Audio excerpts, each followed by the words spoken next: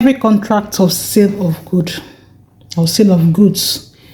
there are like two implied conditions that the law would always look for to see whether they are there or not to qualify them as sale of goods contracts and what the buyer is entitled to under such a contract. So when we look at one of them, which is implied condition as to title, it means that the law is seeing you, the seller of a particular good or goods, that look, you have the right to actually sell that property or those goods to the buyer, and that property will actually pass from you, the seller, to the buyer.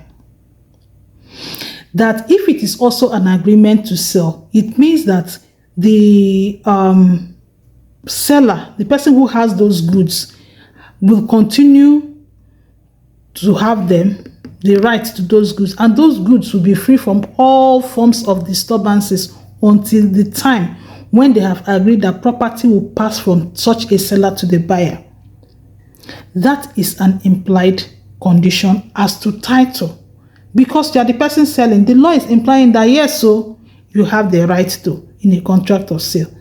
In an agreement to sell, that yes, you will continue to have that right, and those goods will continue to be free from any form of interference until property will pass from your hand as a seller to the buyer.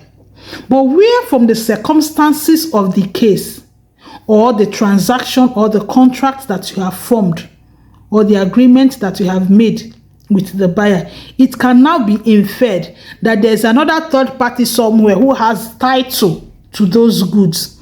The law will imply that in such a situation or circumstance that you have made that information known to the person who is coming to buy those goods.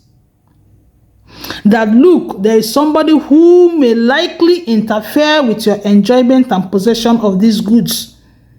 Somebody that look, I have used these goods or this very property or this very item to borrow money somewhere, and therefore a charge has been created over this property or over these goods. Somebody, a third party or any other person may come for claims through or under that charge.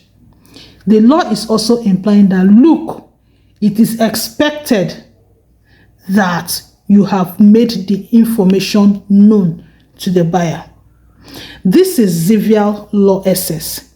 Here we give you premium legal tips to help you make informed decisions, live informed life, and discover the best version of yourself.